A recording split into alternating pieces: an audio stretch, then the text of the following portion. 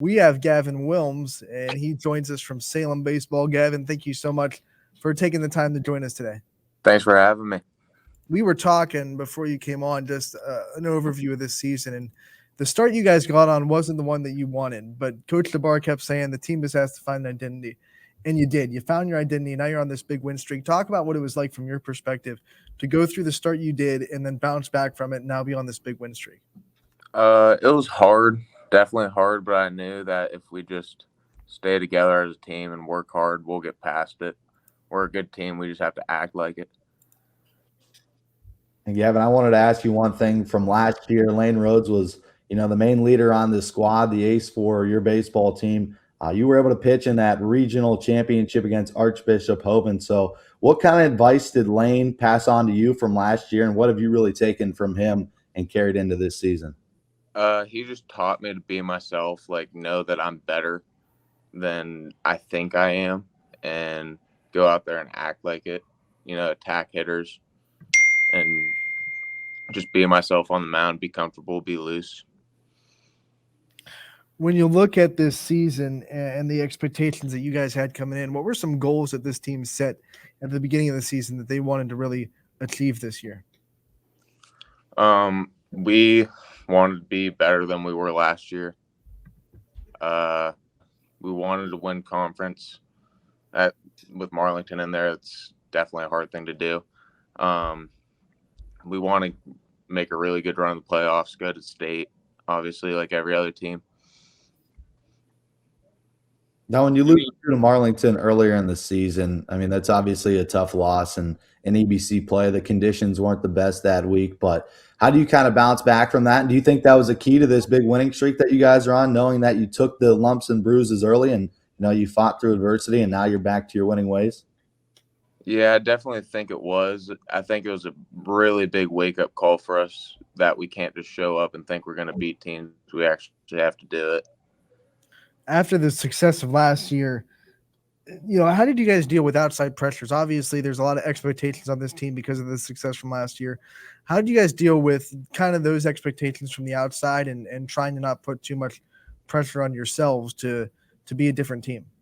We just focused on ourselves, stayed within us, kept everything to ourselves, talked to each other about it, didn't really let it get too big of a thing, and just kept the main thing, which is winning baseball games. And then you've been pitching really well as of late. I mean, kind of just talk about what has led to your success. I mean, you've been one of the staples in this pitching staff along with Carson Rhodes, who's committed to Virginia Tech. So what's kind of been working for you as of late? Just being comfortable and throwing strikes, letting my defense play behind me. They're doing a really good job. Just letting them play, letting them be in the game, not trying to do too much up there. And then just with the playoffs coming up soon here, just what have you been the happiest about with your individual performances so far this season? What are just some things that you still have to improve on with the playoffs coming up?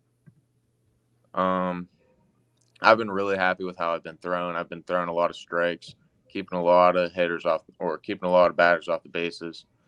A big thing I need to improve on is, to me, I need to hit the ball a little bit better.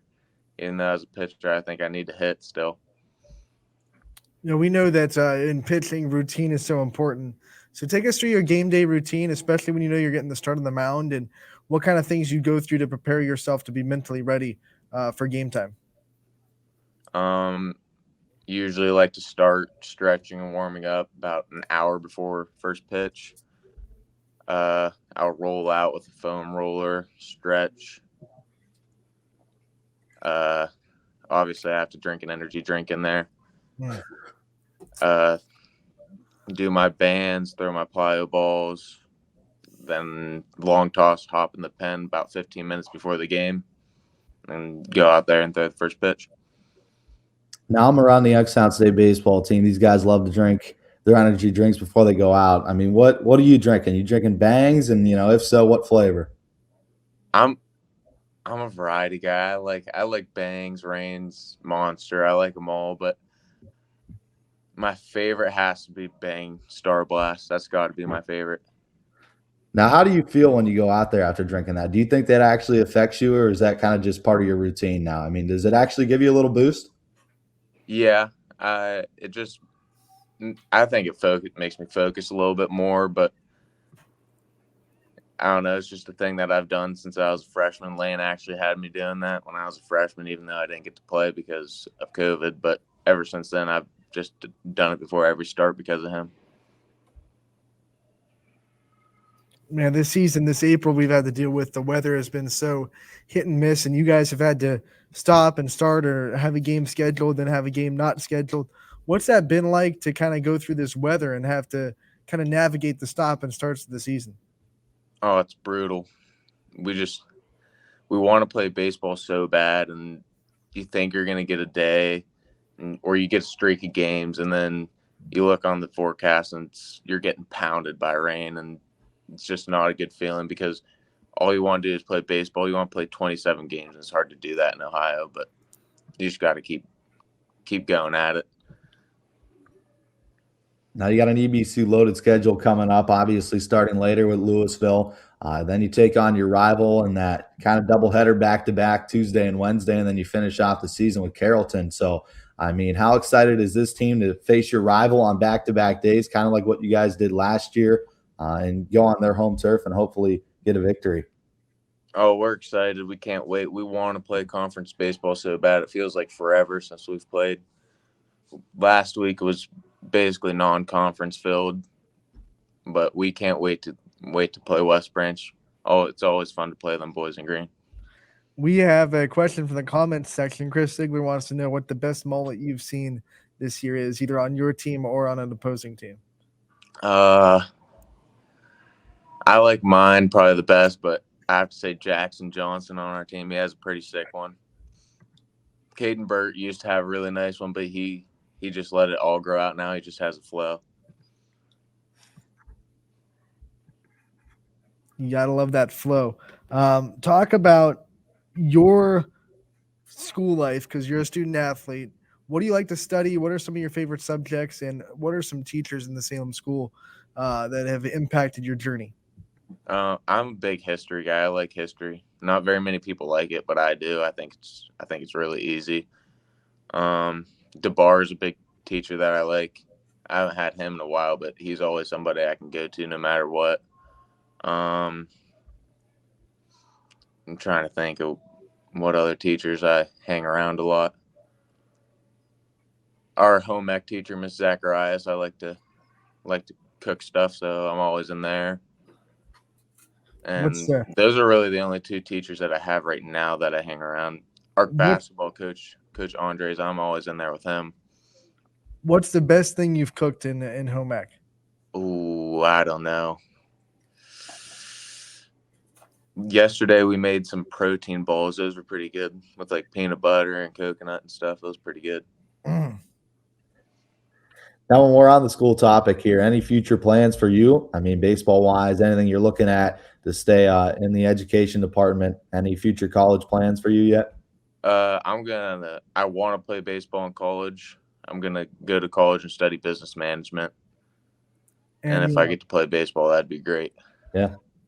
Obviously, you want to, and in the recruiting process, it's different for everybody. What kind of things have you been doing to kind of try to get yourself out there a little bit, try to get coaches' attention, and try to make yourself available for college coaches?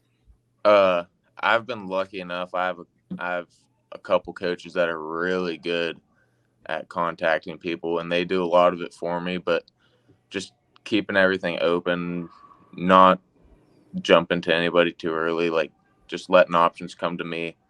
That's a big thing that I've been doing.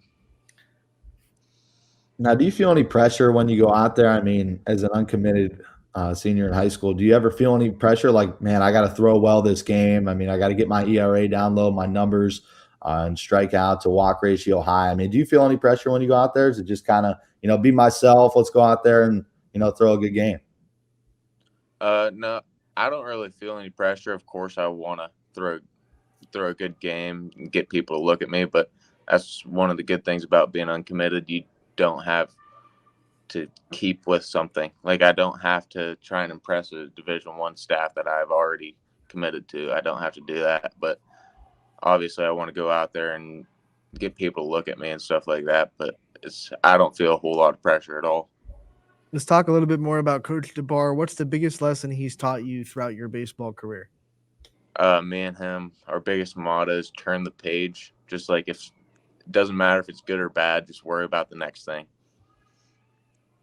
And then, Gavin, I wanted to step in real quick. Just talk about, you're also a football player at Salem, and we know Friday Night Lights, how big the crowds can get. You guys played in a lot of big games this season. And then going back to last year as well, we saw how big the student sections got for some of your playoff games at Salem. Just talk about how much you guys thrive off of the crowd atmospheres at some of your sporting events.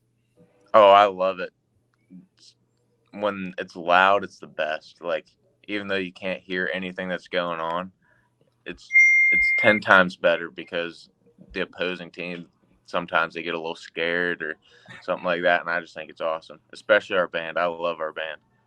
And then with that as well, just what's the best crowd you've played in front of during your entire athletic career? Oh, it's a really close tie in between the West Branch football game last year and the Hoban game last year, because that game got chippy quick.